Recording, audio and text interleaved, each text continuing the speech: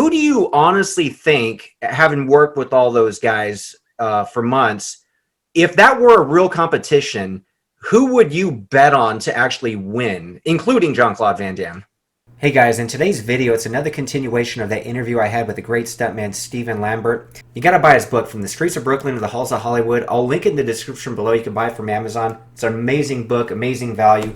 So this story is one of over 100 in this book. Very great stories. So he was a fight coordinator on the Van Damme film The Quest and got to work with all of those martial artists, choreographing the fights and working with Van Damme. So he was able to share some very interesting insight. I thought you guys would enjoy it. If you want to help support the channel, make sure to hit that like button, subscribe to the channel if you're into this kind of content, and let's continue with the interview. Just to bring everyone up to speed, this is a continuation from the previous interview segment in the video titled The Time Van Damme Got Frustrated and Took It Out on the Villain in Real Life While Shooting TimeCop. That villain, by the way, was Steven Lambert. Make sure to check out that video if you haven't yet seen it. I'll link it in the description below. So you worked with I guess, what was it, 2 years later on The Quest? Was there any awkwardness? Like, you haven't seen him in that 2-year period, I'm assuming, right? Between the end of TimeCop and The Quest? I had no idea I was going to get that job because of that. I kind of looked at the circumstances, you know, when they called me up. And I think I write in the book, I ask him, you know, you sure you know who you're calling? Because that's exactly what I thought. You know, there's no way in hell, this has got to be a practical joke. But it wasn't, you know. And to this day, on the day, I never asked him, you know. That was the first thing on my mind when I went and I had a meeting with him. Is that going to be mentioned? But it was never mentioned, you know. And during the entire time of The Quest, it was never mentioned. And it's kind of a funny thing. Yeah, that is funny. I do in The Quest. I was the fight coordinator of The Quest. And I tell a great story about Jean-Claude in The Quest. The end sequence where he's fighting the lead bad guy, forgive me, wonderful actor, Abdul, I don't know if I'm even pronouncing his name, but he was a great help, great friend, lead bad guy. But anyway, everybody out there knows who I'm talking about. When it came to both of their fights, hero and the lead villain, it worked out beautiful until the very end. Jean-Claude wanted to finish with his jumping back spinning kick, which you see in the film, right? But for 2 weeks, I'm as stubborn as a bull. For 2 weeks, I argued with him. There's about 56 punches at the end that he does, nonstop. Never been done. It's never been done, nonstop. And because it was there was many things in that film when he was fighting all the guys up on that stage that he refused to do. And I constantly had a battle with him that people are tired of seeing you do the same thing. You know, in my book, you're listening to me. You hired me to make you look good. People, I tell the truth. If you tell the truth with respect, 2 things will happen. 1 or 2 things. They'll either respect you or you get fired. and most of the time, if you do it the right way, you know, they respect you and they listen. You know, and it was a battle, that ending sequence, that 56 punch routine, but that's what people remember. And they say, I've never seen Jean-Claude do that.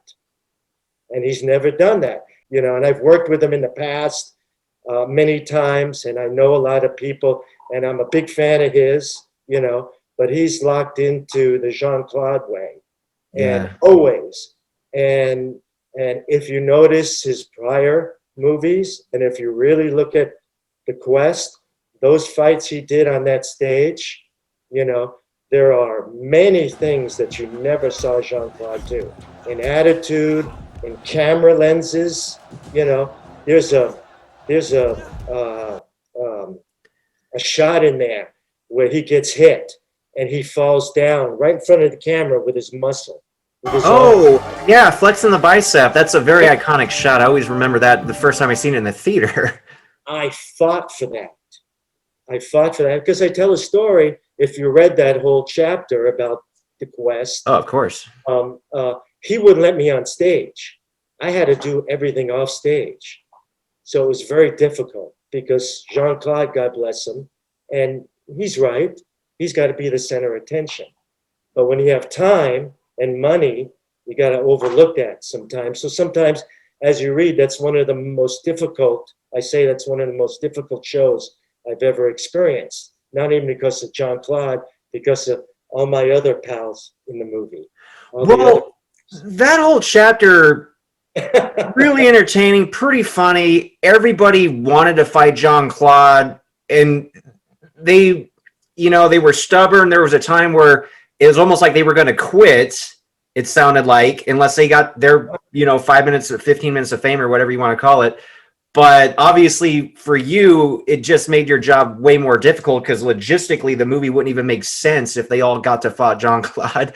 But speaking of which, real quick, I did a video breaking down all the fighters from the Quest. And when I was researching that, I found they actually had pretty impressive backgrounds in martial arts. But reading your chapter in the book, you didn't seem that impressed with a lot of them. Well, as I explained in the book, they were all martial artists, great martial artists, but they knew nothing about movie mentally and physically. So it was taking their talents, what they did best, and explain to them what they needed to do. Now, they couldn't keep, a lot of them, the majority of them couldn't comprehend in their mind to take a hit or to feel pain like that, or I would never do that. In real life, sure. So as a stunt coordinator, you run into these situations. You not only have to impress and try to make the person figure out and understand what they need to do, right? Which is all mental. So in a way, you have to be a psychiatrist, which most of the time it's very simple in my previous movies. But there, it got to be so difficult because, like I said, they didn't have the experience working in movies, right? So they didn't know the routine, and they didn't understand you take what you have. It's not what you want. It's not what you were promised, because Jean-Claude, in all actuality, he promised them all. He lied to them that they were all going to fight him. Sure. And this is what came into me. This was news to me. And as it evolved, it got more difficult. Where there was almost going to be World War III, like the Tiger guy in there. I write about a sequence where I go have lunch with him. I have to tell him that he's not going to fight Jean-Claude. And when I told him, there was a table like an inch thick where at the restaurant, he just jumped up and just went, bam!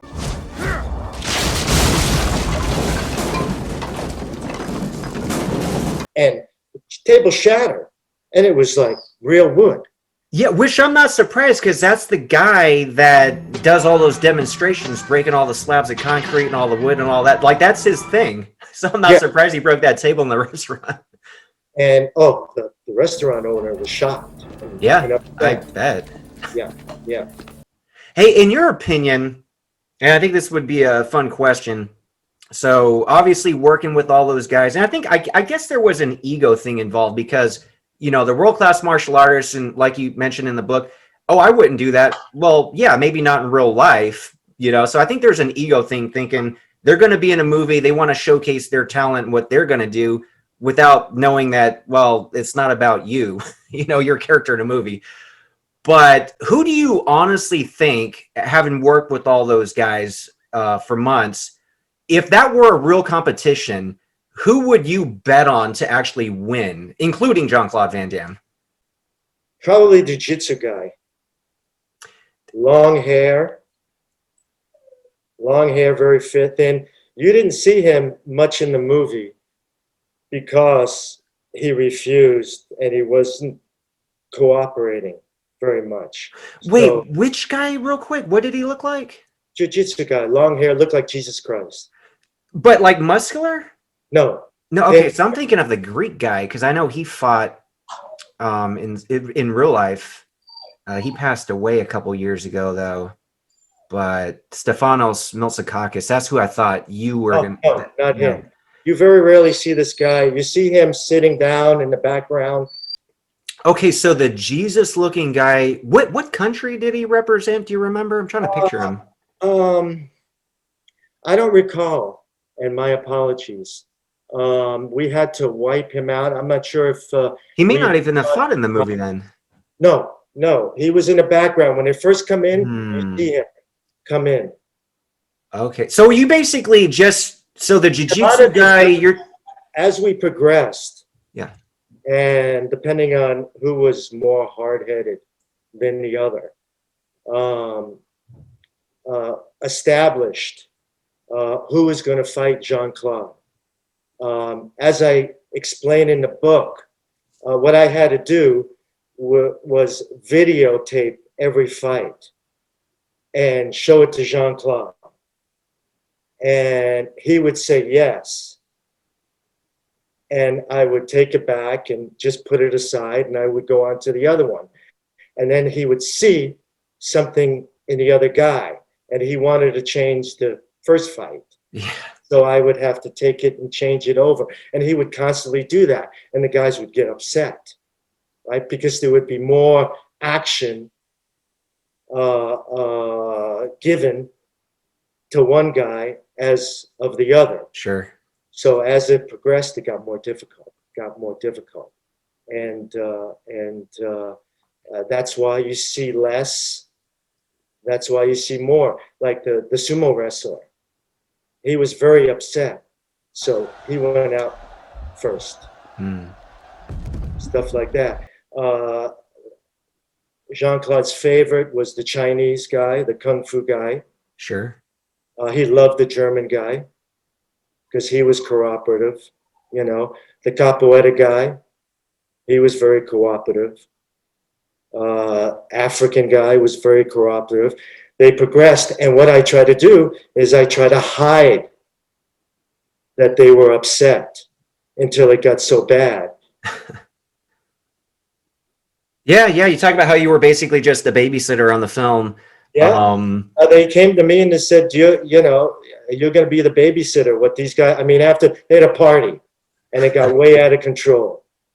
And the whole company almost got kicked out. So we had a meeting, and the producers and Jean-Claude decided to make me a babysitter, and I had a confrontation with him, a discussion that I'm a stunt coordinator, I'm not a babysitter. Sure. I'm not a psychiatrist. You know, this is a bit much, you know, but I wound up being that. And ultimately, you know, I'm very proud of those guys, and they did wonderful. And they made Jean-Claude look like $1 million.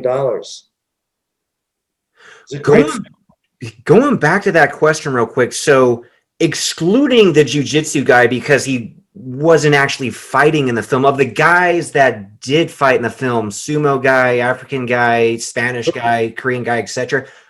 If you were just to place a bet based on you working with them, I bet on this guy. I think he would win this competition had it been real. Who would you choose? I would say the Capoeira guy. Okay. Or the guy, the Hungal guy, the Tiger guy, probably. You mean like the Turkish guy? The guy that broke the table? Or maybe the German guy. Okay. You know, it's interesting you mentioned the Capoeira guy because he's actually like a top-level coach in the UFC right now. He was one of my favorites. Okay. My two favorites, they were all great, but my two favorites were the Capoeira guy and the Kung Fu guy.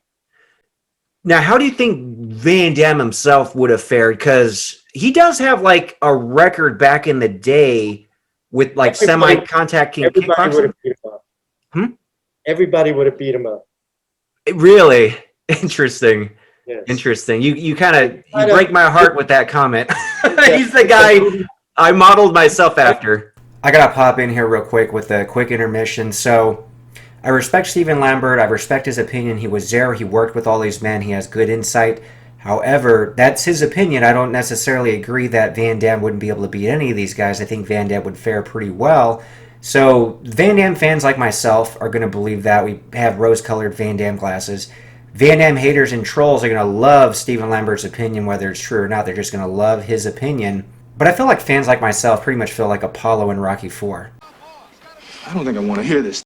Oh, let me know, by the way, who do you think would really win that competition? If you haven't seen my Who Are the Fighters from the Quest, I broke down all 16 fighters, gave you the backgrounds. Make sure to check out that video, and let me know in the comments below on who you think would really win the competition. By the way, if I had to place a bet, I would say Stefanos Miltsakakis. I don't mean that with any disrespect. Oh, yeah. No, I don't think you do at all. You know, I just want your honesty. That, you know, He's I will hype Van Damme up on the channel, but I like the honesty there, so I'm happy to share this. You know, you're the one that worked with him and got to know him and train with him and the other guys. So I am obviously a big Jean-Claude Van Damme fan. I always will be.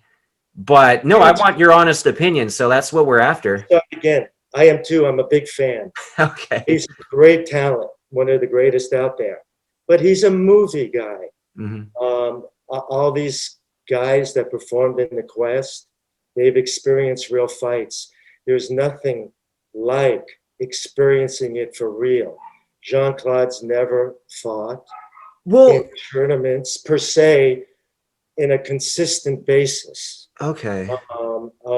Whether it was non-contact or full contact, there's still the techniques, the timing is completely different. The thought process is completely different. There's a viciousness, there's a rage when you're a real fighter. And you know, God bless him, he's a movie fighter, you know. Same thing with Jackie Chan, you know, or Jet Li, you know, they're movie fighters. Great talents, but they're movie fighters. Have you ever seen him since the Quest? No. No? No. Here's a so he was stupid because he didn't have me back. yeah, no, I know. And then his film quality went downhill after that. You know, the sign of a good stunt coordinator, a part of it is being headstrong, not backing down to what you believe. With respect, again, I say, that's part of being a qualified, a talented, an understanding, a champion stunt coordinator or a champion in what you do. Is just because the guy is something extraordinary, in this case, the lead actor, you know, if you believe in something and if something's right, don't be afraid. Even if he says no 100 times, you know. I mean, obviously there's a limit, you know, and depending on what the conversation is about at the time determines which way you're going to go in the conversation and how far you're going to take it. But guys don't normally do that. They just say yes or no, sir. So when I say it was his mistake, a lot of stunt guys have that happen to them. A lot of stunt guys, a lot of fight coordinators have that happen to them. They're so good that the actors don't want to have them back. Go ahead. Real quick with Van Damme, since you did work with him on 2 films, there been reports that he actually, you know, likes to make contact in the fight scenes. Now, outside of him obviously hitting you with the gun, did you notice that in other scenes in TimeCop or in the Quest, like when he was fighting the German guy or even his buddy at the end, the Mongolian guy? Is he really hitting, or is he actually pulling pretty good in keeping those guys safe? Or excellent fight guy as far as technical in the movies. He's had enough experience. He can come towards you and stop a 1/4 inch, a 1/16 of an inch from you. I have a conversation with all my actors when it comes to fights. When I know they have a certain personality with them. That's one of the things I had a conversation. One of the first things I had a conversation with Jean-Claude. I said, first of all, these are the rules. And I named the rules. And I said, second of all, I met these guys. I'm talking about the Quest. Sure. I met these guys. And believe me, if you do something on purpose, to them. You're gonna most likely, have it done to your back. Yeah, I'm gonna regret And, that. I'm not sure if I could stop it. So he understood it because he understood whatever I said was real coming out of my mouth, and believable.